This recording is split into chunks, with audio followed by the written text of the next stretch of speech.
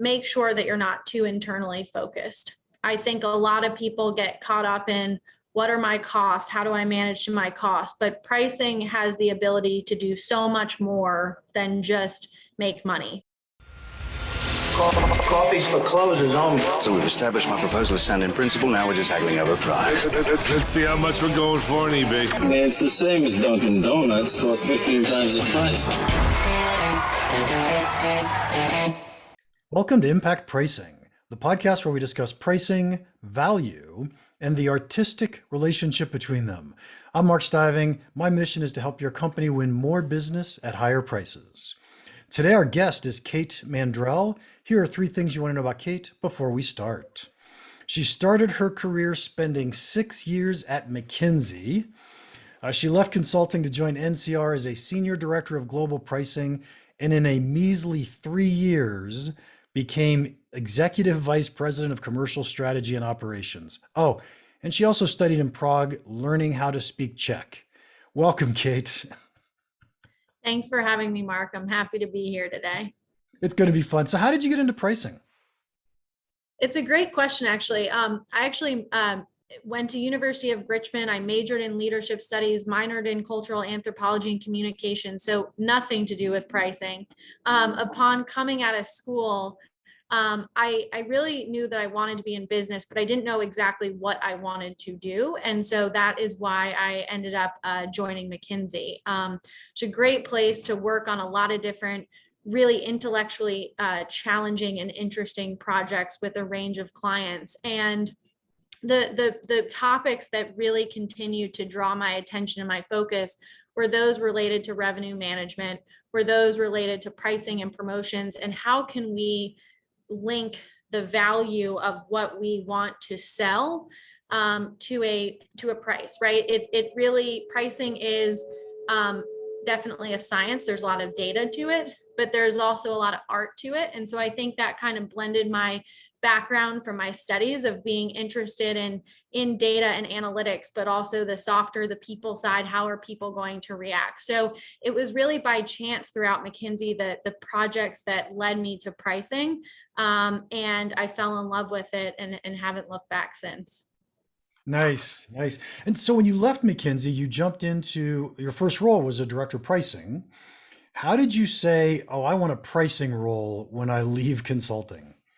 Yeah, that's a great question. So while I was at McKinsey, by the time that I left, I was an associate partner, really focused on pricing, revenue management, and marketing and sales transformation topics. And when I was leaving McKinsey, I was really looking for 2 things. One, I was looking for a place that I could drive transformation and change on a large scale.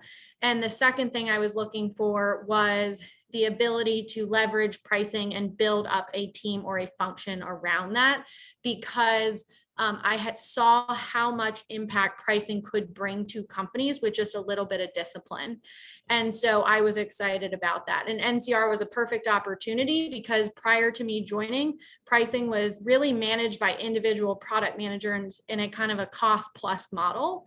And so I had the ability to come in, build a team from scratch, and totally rethink what is our approach to pricing, more focused again on value as opposed to just cost. So it was a really unique opportunity for me to come in, build something from scratch, and totally change and transform an organization who is really, over 150 years old at this point. Yeah, that's fascinating. And so I want to talk to you about pricing in just a minute, but I have one more career question, and then we'll jump into pricing. How is it that you could go from a director of pricing to an executive vice president in such a huge company in only 3 years? So what are the skills, the attitudes? What is it about you that made that possible? Yeah, it's a great question. And it's something I try to reflect on myself as well. I think it goes back to what I said around pricing has the potential to drive so much impact for any company if you do it in the right way. And one of the first things that I did when I came in was just look at what is the state of where we are. And I really took kind of a whiteboard approach to say, where are the challenges? Where are there opportunities? And we did some really basic things around instead of selling individual products, we shifted to selling packages, right? So what is the value that my customer or my consumer wants? And so we looked and we took the consumer and the customer lens to how we went to market that really started to drive a really radical shift for NCR without changing anything actually about our products, right? We just said, we're going to sell to you differently. We're going to package you differently. We're going to price you differently. And that alone made a huge difference in the way that our customers perceived us. And so I think taking that white slate approach and really challenging the status quo was one thing that has helped. I think another thing that helped is we embedded pricing as a part of our culture at NCR. So it was something previously I said product managers would think about from a cost plus approach. And we really made a pivot to say, not only does it matter to product managers, but this is something that should matter to sales. And so we actually helped create effectively a deal scoring module that looked at pricing relative to comparable deals. And we provided real-time pricing guidance to every sales rep every time they created a quote. How good is my price relative to other deals? And then we comped them on it. So we paid them more if they had a good price, and we paid them less if they didn't have a good price. And that really helped entrench pricing as a part of our culture and of our DNA of how we go to market to not only have the best price for NCR, but the best price for our customers. And so I think the things that really have allowed me to be successful and grow in the role is take that whiteboard approach, the white slate. How do we really drive change based on what our customers want so they can be successful? And then how do you embed pricing as a part of our culture to drive the transformational change on a broad scale? Okay, so I'm going to offer a different opinion, if I may. Sure. First off, I'm positive that you are extremely talented. I'll bet a big chunk of it is the fact that you found yourself in pricing, and so few companies really do pricing well, that there was this huge opportunity to have a big impact inside this new company. That's absolutely right. It's absolutely true. Now I say that in a self-serving way so that all the pricing people out there start to think, hey, how can I have an impact in my company? Oh, if you're a pricing person, I think you can have the biggest impact in your company. And I think if you can find those 1, 2, 3 initiatives, the tangible impact is there. And the more that you can do to drive the pricing change, show the impact of that change, and then really embed that again into the culture of how the company thinks, that will help your company, and it will certainly help your careers as well. So I think that's great advice, Mark. So I want to push back on something you said, and it's a hopeful pushback. Sure. You said that you made you made pricing part of the culture. Mm-hmm. And what I would rather have heard you say is we made value part of the culture. Yes. So what do you think about my thoughts? I think it's an astute observation, and probably a better word choice. I think that value, so I think pricing was a part of the culture before. And it was, we're going to sell you this product at this price, and all the negotiations happened around price. And I think by aligning our price to what the market was willing to pay based on the value of what we were delivering, that is how we were able to change the dialogue. So I agree. We changed our pricing to align to value, and therefore made value of what we could deliver the focal point of the conversation versus price the focal point of the conversation. Nice. And so how do you change the company's culture or attitude to start thinking about value? First off, let me ask the harder question first. My experience is most companies don't even know what value means. Right. They don't understand how their customers perceive value. So how do you get that across to the people inside the company? Yeah, well, we did a lot of research up front, right? We had conversations with our customers. We understood what competitors were doing. We really tried to see, how are we differentiated, right? What do we do that is different, better, special? And that was really the focal point of where we started, right? So there was a lot of research we did, whether it was through surveys or customer interviews, competitive research, right? that was the focal point, is what is our secret sauce, right? What's different? And that is how we got to a bit of value. And that's where we started to learn things like, when we sell individual products to a customer, understanding the value of each one of those on a standalone basis is a lot harder than understanding them in context altogether. So that's where we said our value is when you build all of these things together into an integrated solution, that's where we become truly differentiated. And that's why we pivoted from selling products to selling packages. So it was really through that level of dialogue, I think, that helped us to understand how are we differentiated, and then, what are customers willing to pay as a result of that differentiated value that we provide to them. Yeah, it sounds like one of the things I often teach people is your customers don't want to buy your products, right? Nobody likes your product. Everybody wants a solution to a problem. They want an outcome. Yeah, they want an outcome. Right. And so you guys step back to say, what are the real problems we're solving? And the problem was bigger than the pieces. The problem was putting all the pieces together. That's right. And so how can we help our customers solve that big level problem instead of just the individual pieces that we sell? Yeah, that's exactly right. And I think that's where you start to change the conversation to say, to your point, let's talk about the outcome that we're going to deliver to you, right? We're going to help give you everything you need to run your restaurant operations, rather than I'm going to sell you this product for $10 and this product for $2, because assigning the value at that level is a lot more difficult than assigning value of, I'm going to run all your technology for you. Right. And if something breaks and you sold me pieces, now I got to go figure out what broke and how to fix it. If you sold me a solution and something breaks, I know who I get to call. Absolutely. So I love that story. And so when we talked a little bit in the pre-talk, you talked about the value-based packaging. Is this exactly what we're talking about? Or are we talking about something additional? No, I think this is, kind of what we're talking about. I think one of the interesting things as we've made this shift is there's a set of capabilities that universally all of your customers are going to want. And so figuring out what is kind of that core set of capabilities that we should offer to anyone and everyone, I think is really critical. And then the next step in that is to say, well, there's going to be add-on packages or additions or other components that different levels of customers may want, depending upon the outcomes that they're trying to deliver.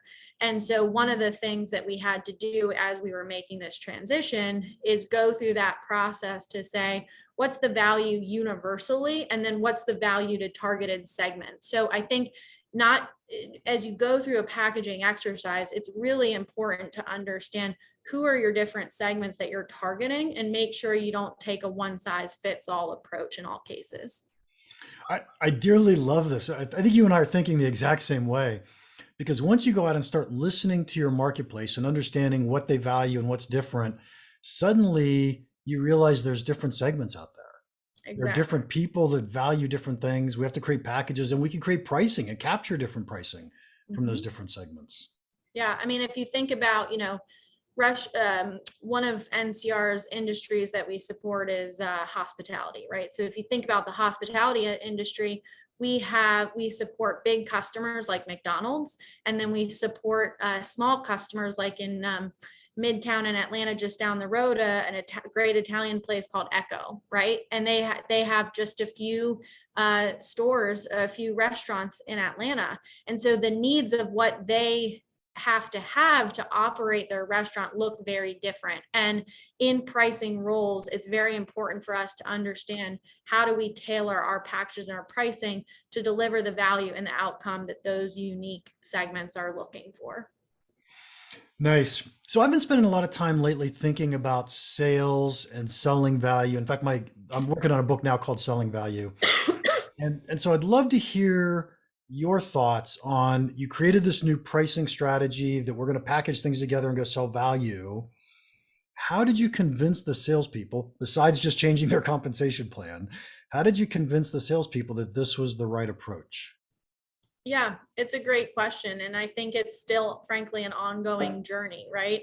Every time you introduce something new or drive a change, you have to have sales right there with you because they're the face of the customer that has to be able to articulate that value. And so what we did was a few things. One is we brought sales in on the journey from the very beginning. So we brought them in and we said, hey, here's what we want to do. Here's why we want to do it.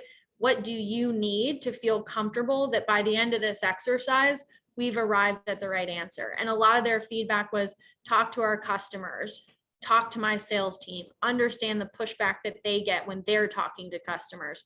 How do we manage those things? So we brought them in at the beginning of the process versus the end of the process so that they were a part of the transformation and the journey.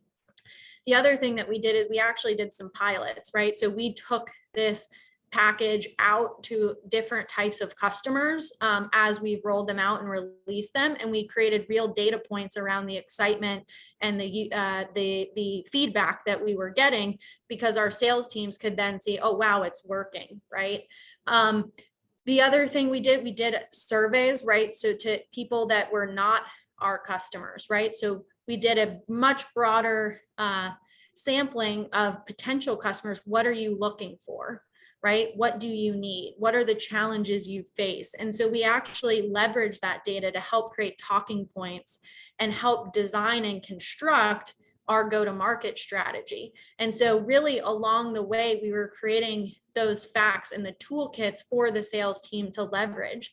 And then even to this day, we're iterating, right? You don't go out with the perfect answer. That's the beauty of pricing, right? It's an art and it's a science, as we've said. And so we have to iterate, we have to learn, we have to take feedback, and the market's ever evolving as well, right? And so we've shown to the sales team that we listen, we monitor what works, what doesn't, and we're open to making changes. And so through that, we've been able to develop a great partnership to kind of say, we're in this together to drive the change that we need for the organization. I have to say, my favorite words that you just said were, we've shown the sales team that we're listening, right? I think that's so important. Regardless, we could be working with product management or product marketing, and we have to show them that we're listening if we expect them to listen to us back. So I love those words. Now, as a director of pricing, were you actually outselling the product to prove that this value selling would work? It's a great question. I was not actually. And so that is part of the challenge, right? When, one of the things that we did in this journey as well was we were in a model where we were selling not only products rather than packages, we were also selling on a perpetual basis rather than recurring. So we had the one-time sale. It was kind of the sell and forget model versus the land and expand model, which we've shifted to around sell them a package for simple recurring subscription, and then find other ways to support them with additional value over the longer term. And so that was actually in some ways harder to make that transition. How do you change that discussion with the customer to, hey, buy this one-time thing versus really you're investing in a platform and an ongoing relationship? And that was part of the challenge, right? I came in, a lot of the people I worked with, they said, hey, I've been doing this for 50 years. I know what my customers are. I know what they want to buy. You don't know what you're talking about. We've been successful. We're not going to change, right? And so that definitely was a challenge. And so I had to build the credibility by listening into certain sales conversations and seeing the challenges that they had so that I could be more well-informed and not just sit in an ivory tower and say, this is what pricing should be, right? So I think I was not out there selling, but I found ways to get that firsthand feedback by listening in on sales conversations with customers, supporting pushback that they got, to really make sure that we were learning about, the obstacles that they were facing. And the interesting thing is, the business leader who actually had the most pushback, the sales leader had the most pushback to moving to the package subscription model, said, that's never going to work. We're never going to sell that way. Today, 2 years later, it's the only way he sells. He's moved the entire business to package subscription-based models because he sees that customers resonate with the value of that model, because we have a partnership. We want to provide ongoing support over that relationship, as opposed to we sell you something and we move on to the next guy. And so again, it really has been that journey. And I think as pricing professionals, we have to figure out ways to really, back to the point of listening, get feedback, help put ourselves in those tough conversations and positions that our sales teams are in, so that we can earn credibility as we're driving strategy. Yeah, absolutely. Now, you've said the words art and science several times in our conversation so far. And so the science, I get, that's easy. What do you think is the art of pricing? Yeah, well, I think the science is easy, right? You look at the data, you look at the numbers, and you figure out what the price should be. I think the art is really ascribing value to that price, right? So the data can tell you it's $10.99, but why, right? What's the value, and how do you articulate the value behind that number? Or how do you tailor that number depending upon where the market is heading, right? And how things are shifting.